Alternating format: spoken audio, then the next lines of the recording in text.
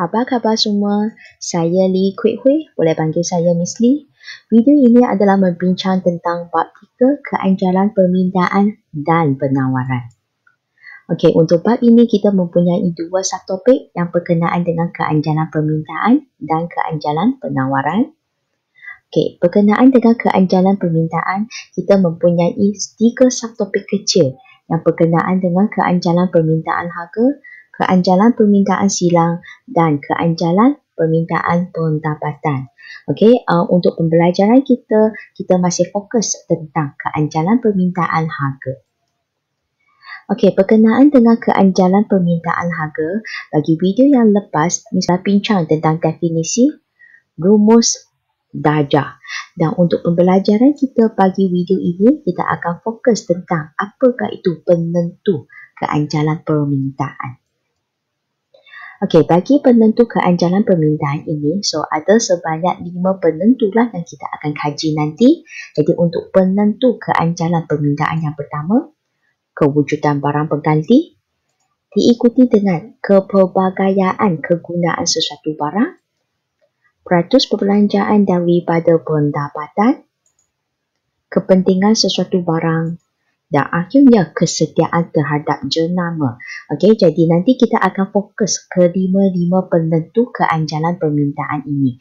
Ingat, yang ini adalah penentu keanjalan permintaan.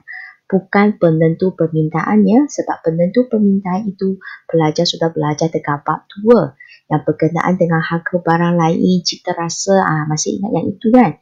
Itu penentu permintaan. Yang ini penentu keanjalan permintaan. Okey, jadi sekarang kita akan fokus tentang poin yang pertama, iaitu berkenaan dengan kewujudan barang pengganti. Kewujudan barang pengganti. Semakin banyak barang pengganti bagi sesuatu barang, maka adalah dikatakan semakin anjal permintaan bagi barang berkenaan. Contoh, ubat gigi Dali boleh digantikan dengan ubat gigi Colgate, ubat gigi Fresh and White dan sebagainya. Kita cuba tengok, semakin banyak barang pengganti semakin anjal permintaan. Sekarang kita cuba tengok apa maksud anjal dekat sini. Kita kata ED lebih 1, di mana peratus perubahan kuantiti diminta melebihi peratus perubahan harga. Tengok simbol dia sama punya. Okey, so bermaksud kalau harga sesuatu barang meningkat, kuantiti diminta bagi barang tersebut, fikir semula hukum permintaan. Hubungannya songsang antara harga dengan kuantiti diminta kan? Jadi harga naik, kuantiti diminta turun. Ini merupakan apa yang pelajar telah belajar masa bab 2. Sekarang bab 3 ini kita nak tengok dari segi keanjalan. Keanjalan dekat sini bermaksud kita nak tengok mana satu dia nak lagi banyak ke, perubahan dia lagi banyak ke, perubahan dia lagi kecil. Okey, sekarang kita cuba tengok ya. Okey, tengok simbol ini. Ini menunjukkan peratus perubahan QD lebih besar kan? Jadi bermaksud kuantiti diminta ini dia turun banyak. Sedangkan pada masa itu kita cuba tengok harga. Kan simbol dia lagi kecil kan? Maksudnya harga kita meningkat, tapi meningkat sedikit sahaja. Okey, bermaksud anjal ini, dia adalah merujukkan harga sesuatu barang naik sikit, kuantiti diminta bagi barang tersebut dia akan turun dengan banyak. Dan sekarang Miss akan terangkan bahagian ini dan kaitkan dengan poin yang berkenaan dengan kewujudan barang pengganti. Okey, kan tadi saya kata ubat gigi Dali ini mempunyai banyak barang pengganti kan? Okey, contoh. Sekiranya harga ubat gigi, ubat gigi Dali ini kita kata dia naik. Tapi harga dia naik sedikit sahaja. Kita akan dapati pada masa itu kuantiti diminta. Kita guna balik kuantiti diminta sebab harga barang itu sendiri. Kita kata kuantiti diminta ubat gigi Dali akan turun dengan banyak. Kenapa isu ini wujud? Kita kata pengguna dia boleh gantikan dengan menggunakan Colgate ke, ataupun gantikan dengan menggunakan Fresh and White. So itulah sebab harga ubat gigi dia naik sikit je, kuantiti diminta akan turun dengan banyak akibat mempunyai banyak barang pengganti. Inilah dia. Okey. Bagaimana pula dengan tidak anjal permintaan? Ini pelajar cuba fikirkan keadaan yang sebaliknya. Okey, sekarang kita akan sambung dengan penentu yang kedua, iaitu berkenaan dengan kepelbagaian kegunaan sesuatu barang. Kepelbagaian kegunaan sesuatu barang. Okey, kategori barang ini hanya merujuk kepada barang perantaraan sahaja. Ingat, kita hanya fokus barang perantaraan sahaja. Semakin banyak kegunaan barang tersebut, maka semakin anjal permintaan bagi barang berkenaan. Banyak kegunaan, anjal permintaan. Contoh, tepung gandum boleh digunakan untuk membuat roti, kek, donat dan sebagainya. So, bermaksud tepung gandum ini dia mempunyai kegunaan yang banyak. Okey, so kita nampak semakin banyak kegunaan sesuatu barang, semakin anjal permintaan. Juga sama, kita nak tentukan apa maksud anjal dulu. Okey, ED lebih 1. Kalau ED lebih 1 bermaksud peratus perubahan QD melebihi peratus perubahan P. Okey, jadi kita tentukan hubungan antara QD dengan P dulu. Okey, katakan kali ini harga turun. Okey, jadi kuantiti diminta dia akan naik. Tentukan mana satu banyak, mana satu sikit. Okey, kuantiti diminta dia naik banyak sebab simpul dia besar kan. Okey, harga pula turun. Turun macam mana? Ya, turun sedikit sahaja. Okey, jadi sekarang kita cuba tengok. Saya akan masukkan bahagian ini sebab ini merujukkan anjal dan saya akan cuba kaitkan dengan poin kepelbagaian kegunaan sesuatu barang. Okey, contoh, barang yang ditunjukkan dekat sini barang perantaraan lah. Jadi saya akan guna tepung gandum. Inilah dia, tepung gandum. Katakan harga tepung gandum ini dia turun sikit saja. Kuantiti diminta tepung gandum akan naik dengan banyak. Kenapa? Sebab tepung gandum dia boleh digunakan untuk membuat roti, kek, donat dan sebagainya. Dia mempunyai kegunaan yang banyak. Itulah sebab kita kata kuantiti diminta bagi tepung akan naik banyak apabila harga dia turun sikit saja. Okey? Bagaimana pula dengan keadaan yang tidak anjal permintaan? Okey, so pelajar cuba fikirkan ini merujuk kepada keadaan yang sebaliknya. Diikuti dengan penentu peratus perbelanjaan daripada pendapatan. Peratus perbelanjaan daripada pendapatan. Semakin tinggi peratus perbelanjaan terhadap sesuatu barang daripada pendapatan, maka kita kata barang tersebut adalah anjal permintaan. Contoh, bayaran bulanan terhadap rumah dan kereta mempunyai perbelanjaan yang tinggi peratusannya daripada pendapatan. Jadi yang ini adalah fokus bayaran bulanan bagi rumah dan kereta. Ingat, peratusan perbelanjaan yang tinggi, anjal permintaan. Okay, kita cuba tengok. Semakin tinggi peratus perbelanjaan, okay, kita kata semakin anjal. Jadi anjal ini, okay, kita cuba tengok. ED lebih 1. Okay, dan peratus perubahan QD, dia adalah melebihi peratus perubahan P. Juga sama, kita tentukan hubungan antara harga dengan kuantiti diminta dulu. Jadi, kalau kita katakan harga dia meningkat, kuantiti diminta dia akan turun. Hukum permintaan, hubungan songsang antara harga dengan kuantiti diminta. Okey, cuba tentukan perubahan kuantiti diminta ini. Okey, besar kan? Jadi kuantiti diminta turun banyak. Harga, cuba tengok simpul ini. Perubahan dia? Ya, perubahan dia sedikit sahaja. Okey, jadi sekarang isu yang kita nak kaji, kita kaji berkaitan dengan rumah dengan kereta.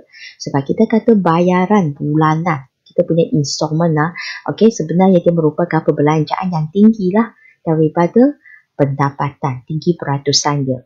Okey, ataupun kenapa kita kata tinggi peratusan? Okey, katakan pendapatan anda satu bulan, katakan RM2,500. Okey, kemudian kereta setiap bulan, contoh, you kena bayar RM500. Okey, kalau rumah, rumah mungkin dalam RM1,000 katakan. Satu bulan anda sudah guna RM1,500. Tapi pendapatan anda hanya RM2,500 sahaja. Itu merupakan perbelanjaan yang peratusan dia tinggi kan, daripada pendapatan anda. Okey, jadi inilah barang yang kita nak kaji. Okey, contoh kalau kita katakan harga dia naik sikit. Harga ini merujuk harga rumah ke ataupun harga kereta dia naik sedikit sahaja.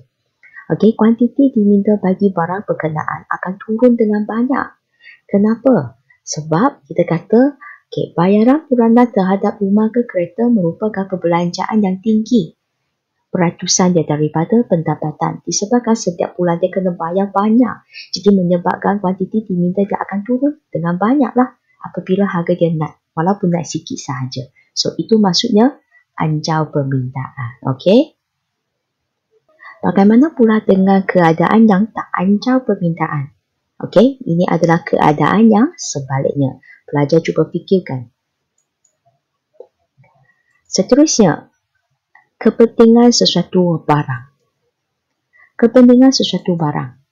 Semakin penting sesuatu barang, semakin tidak anjau permintaan. Kali ini terbalik. Kalau lagi penting, lagi tak anjau. Contoh, penggunaan air dan elektrik adalah penting dalam kehidupan seharian kita. Okey, sebab penggunaan air dan elektrik ini sebenarnya dia merujukkan barang keperluan asas kita. Okey, jadi dia adalah pentinglah. Ingat, semakin penting, semakin tak anjau. Okey, kita cuba tengok. Semakin penting sesuatu barang, semakin tidak anjau. Okey, so kalau tidak anjau, ini kurang daripada 1. Okey, bermaksud peratus perubahan kuantiti diminta kurang daripada peratus perubahan harga. Tengok simbol dia sama punya. Okey, kita cuba tengok. Katakan harga dengan kuantiti diminta. Okey, katakan harga naik. Kuantiti diminta. Hukum permintaan. Kuantiti diminta akan turun. So kat sini kita kata harga. Cuba tengok perubahan dekat sini. Perubahan kuantiti diminta banding dengan perubahan harga. Kuantiti diminta ini sedikit sahaja. Harga banyak. Okey, jadi dekat sini dia akan jadi apabila harga naik dengan banyak, kuantiti diminta dia turun, tapi dia turun sedikit sahaja. Itu maksudlah tidak anjau. Okey, jadi sekarang Miss akan cuba kaitkan yang tidak anjau dengan kepentingan sesuatu barang. Akan kaitkan dengan poin ini. Okey, contoh. Katakan harga, kita kata penting kan? So, kata penting sini kita sudah tahu. Air ke, elektrik ke, lembaga air perak contoh. Tenaga Nasional Berhad. Okey, kalau kata harga naik dengan banyak. So, harga dekat sini mungkin boleh merujuk kepada harga perkhidmatan elektrik ke. Okey, naik dengan banyak pun. Kuantiti diminta dia turun. Tapi turun sikit sahaja. Kenapa? Sebab kita tetap nak gunakan barang tersebut. Okey, sebab dia adalah penting dalam kehidupan kita. Okey, bagaimana pula dengan anjau permintaan? Okey, itu keadaan yang sebaliknya. Cuba fikirkan. Okey, dan yang terakhir, dia adalah berkenaan dengan kesetiaan terhadap jenama. Kesetiaan terhadap jenama. Semakin tinggi tahap kesetiaan pengguna terhadap sesuatu barang, semakin tidak anjau permintaan bagi barang berkenaan. Okey, tahap kesetiaan yang tinggi, tidak anjau permintaan. Contoh, pengguna yang setia terhadap jenama Adidas. Okey, so jenama itu merunjukkan dia punya brand bagi sesuatu barang, branding dia. Okey, semakin tinggi tahap kesetiaan, semakin tidak anjau permintaan. Okey, juga sama, tidak anjau, ini kurang daripada 1. Peratus perubahan QD kurang daripada peratus perubahan P. Okey, juga sama, kalau katakan harga naik, kuantiti diminta mesti turun. Hubungan songsang antara P dengan Q. Okey, kemudian kita tengok harga naik, kuantiti diminta turun. Okey, cuba tengok simbol ini. Ya, kuantiti diminta turun sedikit. Harga naik banyak. Okey, yang ini adalah maksud tidak anjau. Jadi Miss akan cuba kaitkan dengan fakta ini, kesetiaan terhadap jenama. Okey, jadi pengguna yang setialah terhadap jenama Adidas ke, Nike ke. Okey, contoh, kita kata apabila harga bagi produk Adidas yang berjenama Adidas naik dengan banyak, kuantiti diminta bagi produk Adidas ini dia turun, tapi dia turun sikit sahaja. Kenapa? Atas kesetiaan pengguna terhadap jenama tersebut. Okey, itulah sebab harga dia naik banyak, kuantiti diminta dia turun, tapi dia turun sedikit sahaja. Okey, ingat atas kesetiaan pengguna. Bagaimana pula dengan anjau permintaan? Okey, ini keadaan yang sebaliknya. Okey, so pelajar cuba tentukan sendiri. Okey, sekarang adalah sesi soal jawab. Okey, soalan yang dikemukakan. Nyatakan penentu-penentu keanjalan permintaan. Pelajar cuba fikirkan ada berapa penentu? Ya, ada 5 penentu. Okey, cuba senaraikan penentu-penentu tersebut. Okey.